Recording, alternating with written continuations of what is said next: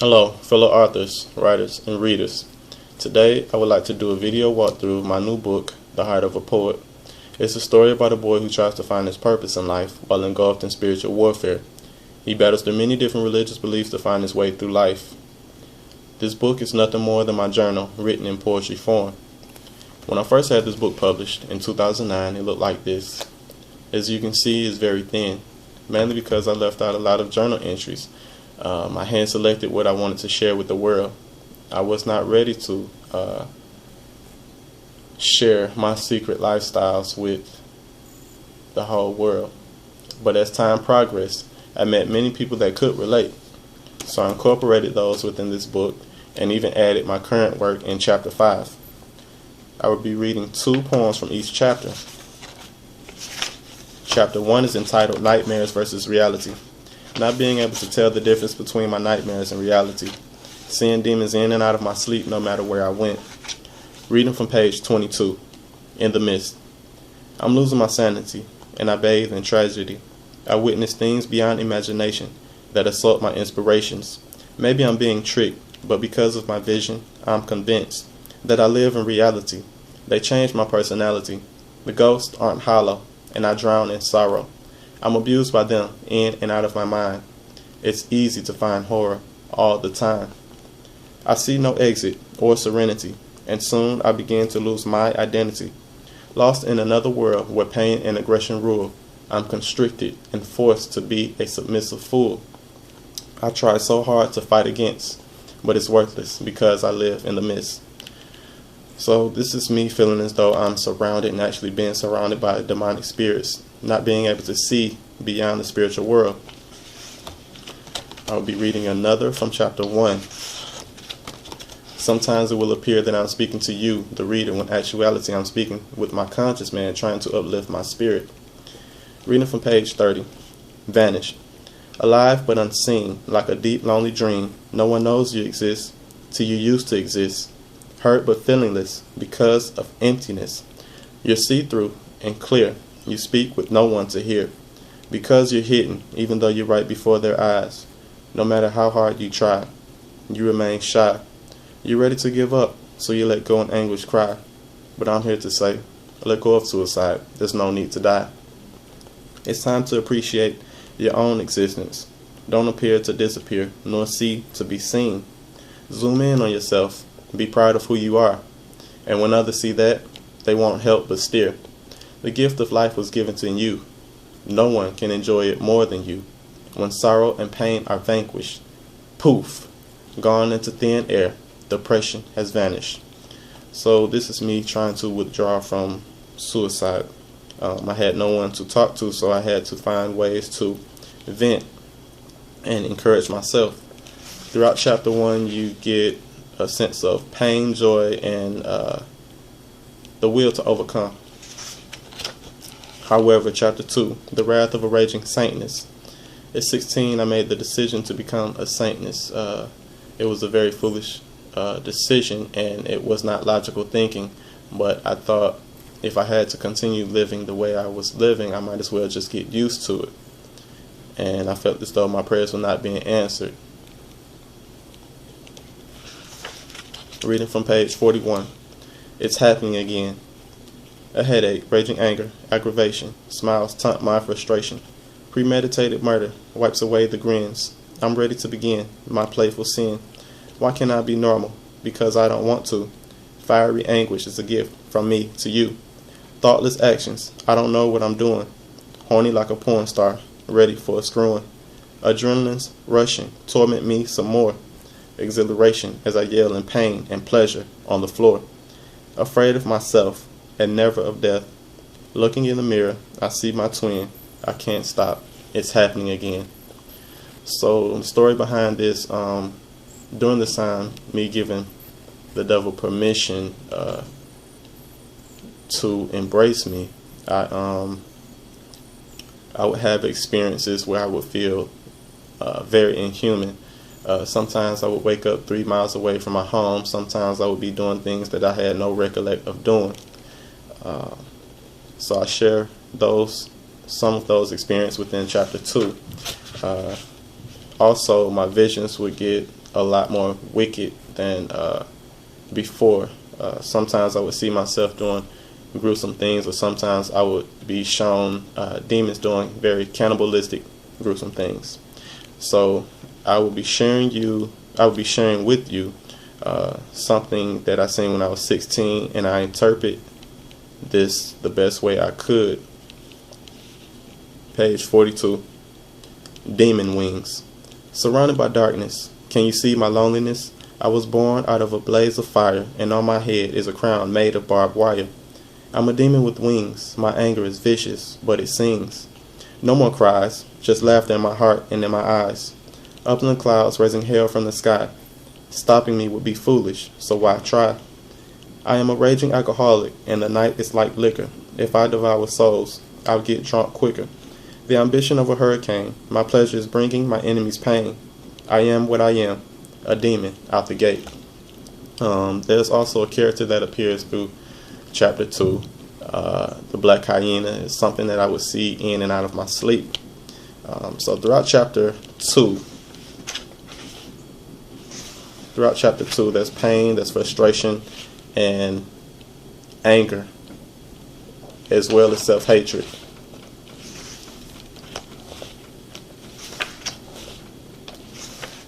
Chapter 3 is entitled Walking Out of Darkness. I had help in the form of children. When I was working in Southfield, Michigan at the elementary school, these children, they showed me a lot of love. They believed in me. They acknowledged my existence. Sometimes, well, for most, I was uncle, father, a brother. And that really helped me, encouraged me to step into that light. They kind of pulled me.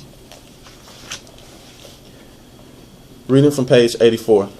I've opened my eyes, and the first thing I see is peace. Calm and serene is my inner environment, delighted and enlightened as the voice of my soul sings like a choir, lifting the glory of this day even higher. What wonders await me as I explore outside myself? I see spirits that are filled with joy within me and others, but still on guard and away from misery. My eyes take hold of the truth. Happiness doesn't have to be distant, and I want to be living proof. I've rejected sadness and shattered my aggression. If I were to represent this day, the sun would be my abbreviation, for I have discovered my soul, and I feel comfort in life once again. So throughout chapter 3, there's a big battle, spiritual battle. I had this weird mentality, believing that I could overcome emotional pain with physical pain. That was not logical thinking. When I get finished with this video, I will make another one, and I will discuss the scars that I have on my arms in detail. Reading from page 94. Strung out. I'm strung out on pain, a knife to my arms, and I'm a bleeding shower of despair. Cruel is this world which has no order. I'm between life and death at the crossroads of the borders. Don't know which way I should impose, but whichever makes living worse, I must oppose. Tears of blood rolling down my face. Happiness and peace, there's no such place. Time is the king, but I spend what's left continuously praying. An overdose of pain pills still won't help me heal. In an empty hallway with no light, I ponder colorful dreams, believing in heavenly things. It seems to be providing rays of light into my heart, though the digestion of miseries is still picking me apart.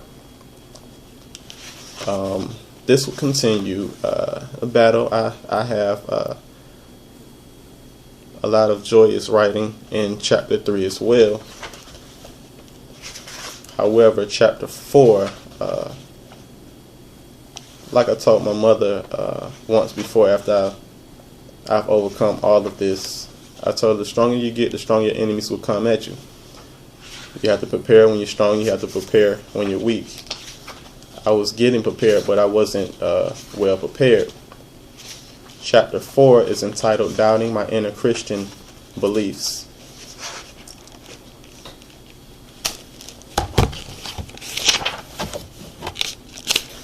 During this time, my night terrors were getting a lot more violent. getting a lot more violent and frequent.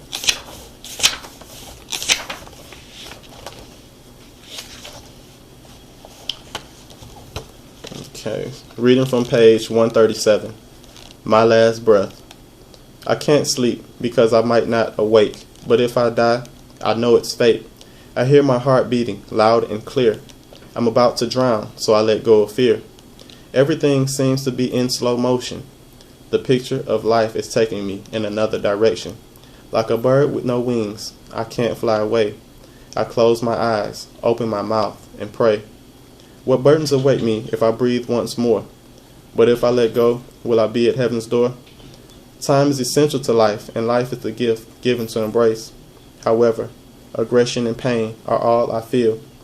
I fight to become stronger, but I still want to be healed. Like rain from the clouds, my heart pours sorrow. There's no need to cry tears when I know there may not be a tomorrow. To take my last breath, and I may never awake, a deep inhale my lungs take. While in this state, I see memories. They feel distant, because to me, they're history. The past was life, and the present is death, a pounding headache, and sleeping nerves. I'm drifting off to sleep as a soft voice awakes me saying, "Do you really want to die?" I close my eyes again and remain shy. My lungs withered up like dry old leaves. It's almost time for me to leave. Whether you think so or not, you are needed. I play possum till death is exceeded. If you find your purpose in life, all will be right. It's too late.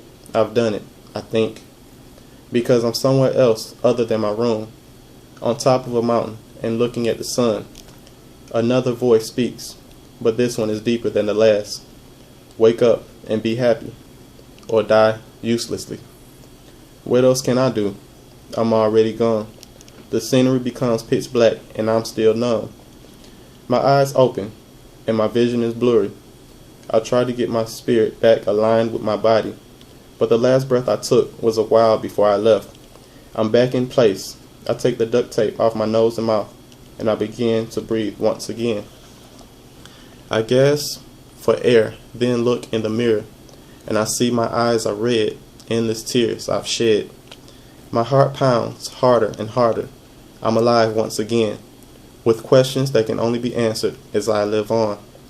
How can I overcome suffering? The voice. What is the heart's true desire? To live in peace and be happy. The voice. You have your answers, now journey life. And what if I get lost? You know the cost. My last breath was my first breath to salvation, and now I know not to give up before I reach the finish line.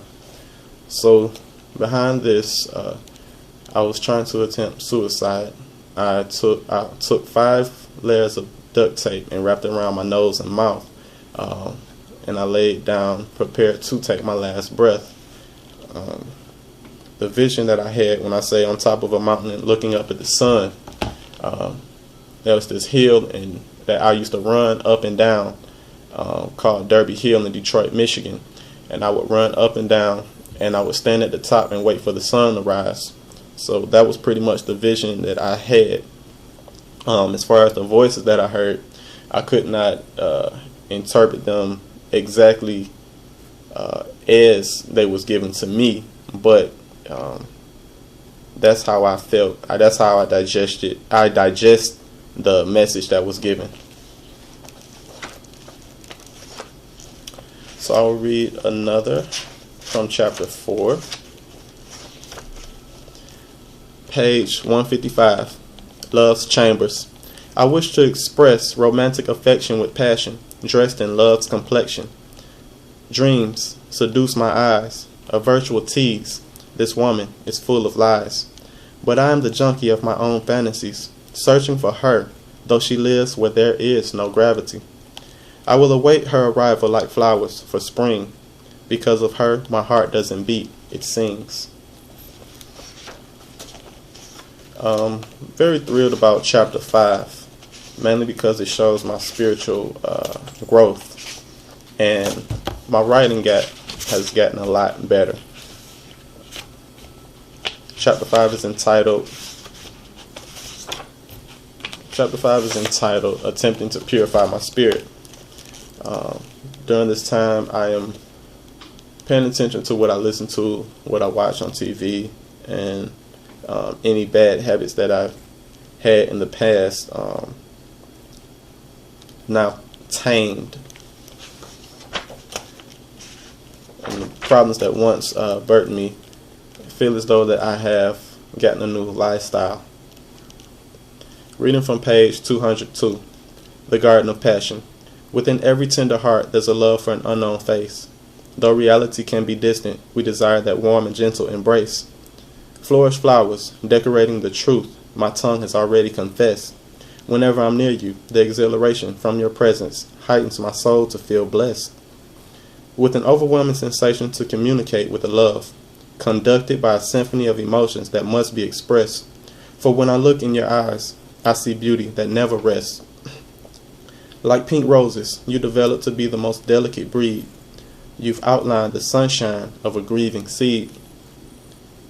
With your dimpled cheeks exposing elegant trails of purple violets, it's always difficult for me to hold back in silence.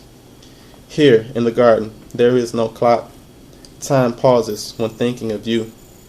I've stolen this fantasy, waiting for it to come true. You are blooming inspiration.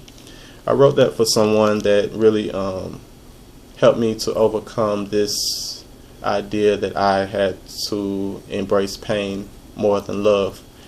Throughout the past, only feeling emotional and physical pain, it took its toll on me, and I began to become masochistic. So this person really helped me embrace that spirit of love. Thanks a lot, Nisha Mays. And I will be reading another from chapter 5. Sorry, this is not rehearsed or anything. This is just me trying to explain the best way I can. This poem that I'm about to read, I was analyzing my father fishing one day, and every time he pulled in something that was less than his expectations, it was this great disappointment on his face. And then I started looking at fishing in a different perspective. Okay, so reading from page 218, A Fisherman's Life. A river of absolute silence, speaking to the eye of flooded dreams.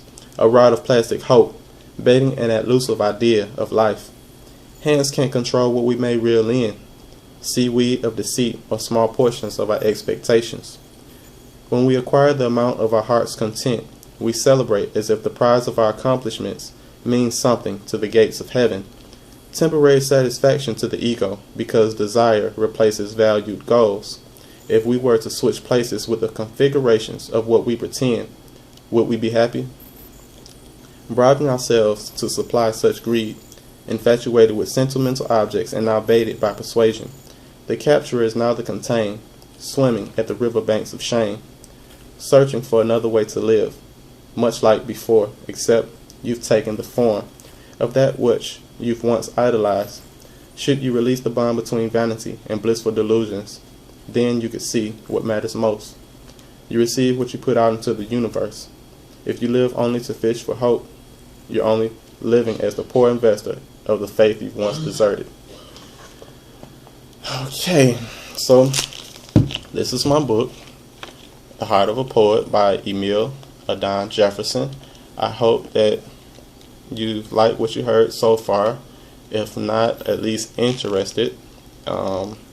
If this book is not for you, and you know someone that is battling with religion, encourage them to read this. You can get it at Amazon.com, Barnes & Nobles, or my publishing company, Xzibris. I thank you for your time, and